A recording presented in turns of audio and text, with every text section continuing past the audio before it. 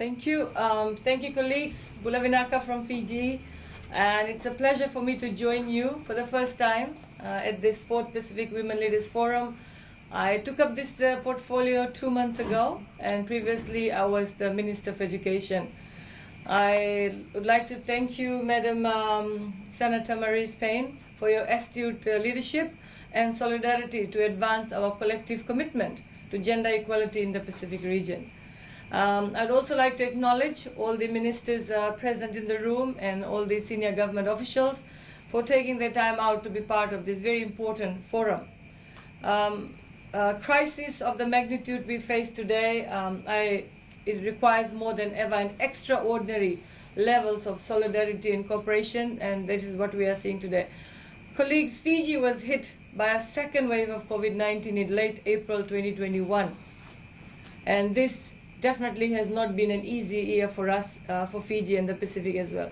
But we navigated an unprecedented situation and journey where our lives were disrupted, where lives were lost, lives was impacted, lives were isolated, and of course upturned. And I'm sure we share the same experience across the Pacific region and the globe. However, I'm pleased to highlight that Fiji is now becoming one of the fastest vaccinated countries in the world, if I may say. Over 80% of adults in Fiji are fully vaccinated to date, and more than 96% have received at least one dose. And now we are focusing our attention to our children, especially in relation to reopening our schools.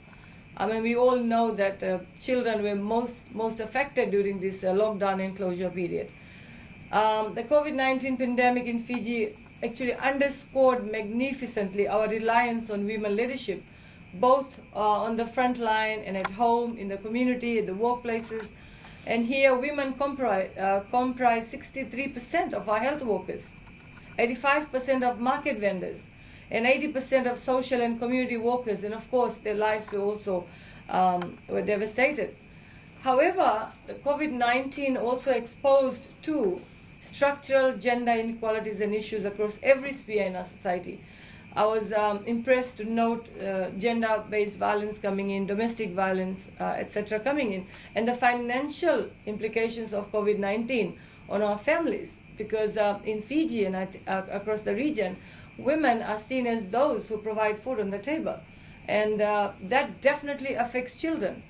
So emerging data and reports confirm that during this period of time, violence against women and girls, particularly domestic violence, also intensified since the start of the pandemic. As markets, businesses, and borders closed in Fiji, like in many other parts of the world, many women's jobs have also disappeared. This has been caused both by increased unpaid care burdens and the fact that women work in more insecure, low-paid, and informal job settings. Colleagues, to me, despite these almost ubiquitous challenges, there are positive solutions that we can apply to steer our societies and economies out of the disastrous impact of COVID-19 and turn that into constructive changes. If we change course into concrete, coordinated, inclusive, collective, evidence-based, and transformative actions, I think together we can make lives a bit easier for our women. The Fijian government recognizes the gender impact of COVID-19, and we have been prioritizing the importance of gender-responsive national recovery plans and the critical role that all women and girls play as leaders in building resilience. Our response stimulus announced as part of our COVID-19 response budget was an important start for us. For example, I mentioned that women make about 85% of market vendors, and they support their families with the little income they earn. And I think most of the time they are not appreciated. So we started off by saying, let's waive the stall fees for our market vendors. A small start, of course, with a big impact on the family. So for the whole year, the municipal councils waived the stall fees of women, and with an allocation of 2.6 million, we assisted our 80% of the market vendors across the country. I mean, looking ahead with a long-term vision to accelerate realization of gender equality and empowerment of women and girls, our efforts and investments from 2021 to 2026 will be focused on 3 strategic priority areas: ending gender-based violence against women and girls. And this is one issue that's it cuts across all Pacific. Not only I think it's not fair to say it's unfair to say that we in the Pacific go through that. I think it's a global issue, and we need to address that.